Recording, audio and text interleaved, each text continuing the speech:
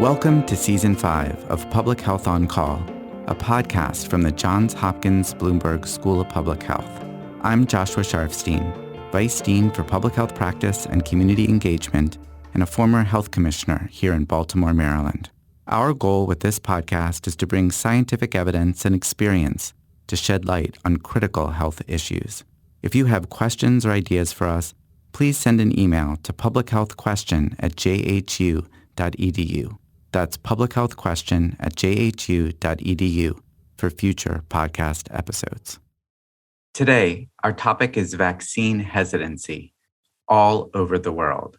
I'm speaking to Marla Shavitz and Dominic Shattuck, two directors of the Johns Hopkins Center for Communication Programs. They are analyzing data from a Facebook survey of people who live in more than 100 countries. Let's listen. Marla Shavitz and Dominic Shattuck, thanks so much for joining me. First question is for you, Dominic. How do you do a survey of more than 100 countries? So this survey benefits from being promoted and recruiting participants through the Facebook platform. And so people who are using Facebook are presented with an advertisement or a request to participate in a survey. If they choose to participate, they click on the button that then pushes them to a remote server that is managed by either Carnegie Mellon or the University of Maryland, depending on where the individual lives. And then they're consented and administered the survey, and there's no data exchange between the universities and Facebook back and forth. So there is that security in the survey.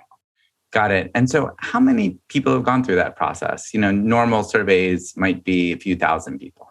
Yeah, at this point, we're over 22 million participants, and that's from May 20th, 2021 through November 30th.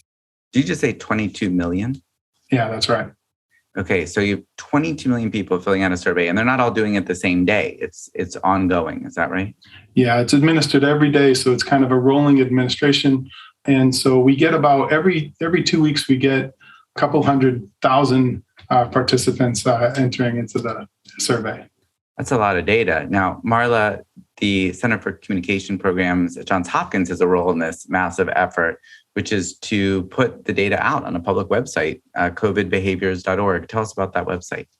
Thanks, Josh. Yes. So on covidbehaviors.org, we have two dashboards, a global dashboard with 15 visuals that illustrate the responses to questions about vaccine hesitancy, barriers to vaccination, testing even.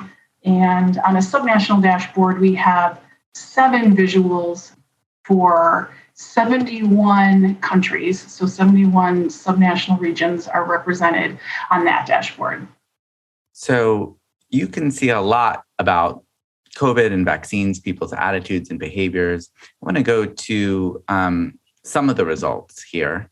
And maybe I'll ask you, Dominic, as you look at questions about have you been vaccinated, will you be vaccinated, if you're not vaccinated, what's keeping you from getting vaccinated, what are the key themes that you see across the world? Interestingly, the second visualization on the dashboard presents data from unvaccinated participants, and it presents the reasons why they choose not to get vaccinated. And you can look at all the countries of the world at one single time, and you'll notice that there are 3 main areas where they've responded, which is they have a concern about the side effects of the vaccine. They also are not confident that the vaccine will work, or they've reported that they plan to wait and see if the vaccine is actually safe. So there's kind of an overlap between those questions. And this, to me, kind of suggests that, public health messaging around the safety and the efficacy of the vaccines isn't reaching them, or they're being challenged by some other information sources. Like misinformation, for example, or disinformation, very prevalent on social media as well. I've looked at this website a bit, and you can really spend a lot of time. That's like a little bit of a warning for Public Health on Call listeners. You should go to covidbehaviors.org, but, set aside some time because there's a lot of really interesting information. But I'm noticing, of the people who are leaning against vaccination in South Korea, 78% say that it's because of side effects as a reason. Whereas if you go to, for example, India, it's only 28%. So you can look at like every country along the continuum and see, well, what's on people's minds if they're not thinking about getting vaccinated. And it sparks more questions in your mind in terms of what's going on in that country context. Now, we know that in some parts of the world, vaccines just aren't available. And it's not so much that people have made a decision not to get a vaccine, but they can't get it. How does that appear in the data that you have here? Dominic?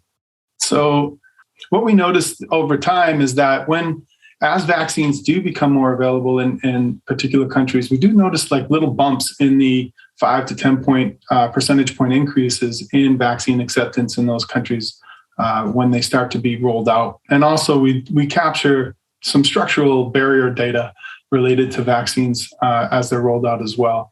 That can be helpful for public health officials making decisions about vaccine uptake in their country. What would be an example of a structural barrier? Well, appointment times is a good example of structural barriers for many people who are maybe have a full-time job. If clinics aren't open in the evenings, they can't get to that clinic. If they're working in the field and they don't have the chance to get to a clinic during clinic hours, that can be a real challenge. So I want to make sure I understand this correctly, that what you see, because this is a survey that tracks people over time, is that when the vaccine becomes available, more people have interest in it. And it seems to me that one implication of that might be it's not totally fair to look at a survey and say people don't want the vaccine in a country that doesn't have the vaccine. You really have to make the vaccine available because that, in a way, is its own advertisement. Is that a fair statement, do you think, Marla? I do think that is a fair statement, and it's something that we do see in this data. We have a question that we visualize that's asked to parents about will they vaccinate their children when they're eligible. You can see in countries where there is low vaccine supply, there is the desire to vaccinate their children when it does become available. So we do see a willingness in the data in instances where supply is low. So I want to ask you a follow-up question, Marla, about how this data is available to public health departments. I'm looking at this thinking of my previous roles leading a public health department, and I would find this so useful. For example, in some countries, including the United States, people who are unvaccinated and very well educated are actually much less likely to say they want a vaccine than people who have less education. That has a lot of implications for outreach strategies. What are you doing as part of this project to not just put the information online, but get it directly to policymakers? Yes, so we meet with a lot of groups at the global level and regional level, a number of WHO groups, UNICEF, and it's important for us too in our communications outreach to promote the data in those subnational countries when we have it. For example, we have data for all 50 states in the United States. So for health departments here, it's a rich source to see, where people within that state are falling on that continuum of accepting vaccine. Great. One final question. I know that this survey covers more than just vaccines. And I wonder, Dominic, if you could maybe pick an example of something else that's on here that people might find interesting. Yeah, so we built this dashboard for public health practitioners who were building messages and COVID-related prevention messaging. And so there are two really interesting graphics on here. The first one is focused on trust in information sources and exposure to those information sources. So you can see there's a bubble chart further down the page that presents those different information sources. It's interesting how public health officials and healthcare workers are among the most trusted groups of information providers globally, whereas politicians are often at the very bottom.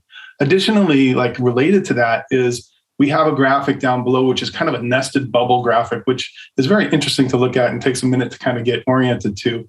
But that graphic, what you see often is people are most interested in the variants, like the the Delta variant or the Omicron variant. But what comes up often second or third in every country is wellness and mental health. So oftentimes it's interesting to see that many people are looking for ways to kind of maintain their own mental health, keep themselves kind of alive and, kind of alert and fresh.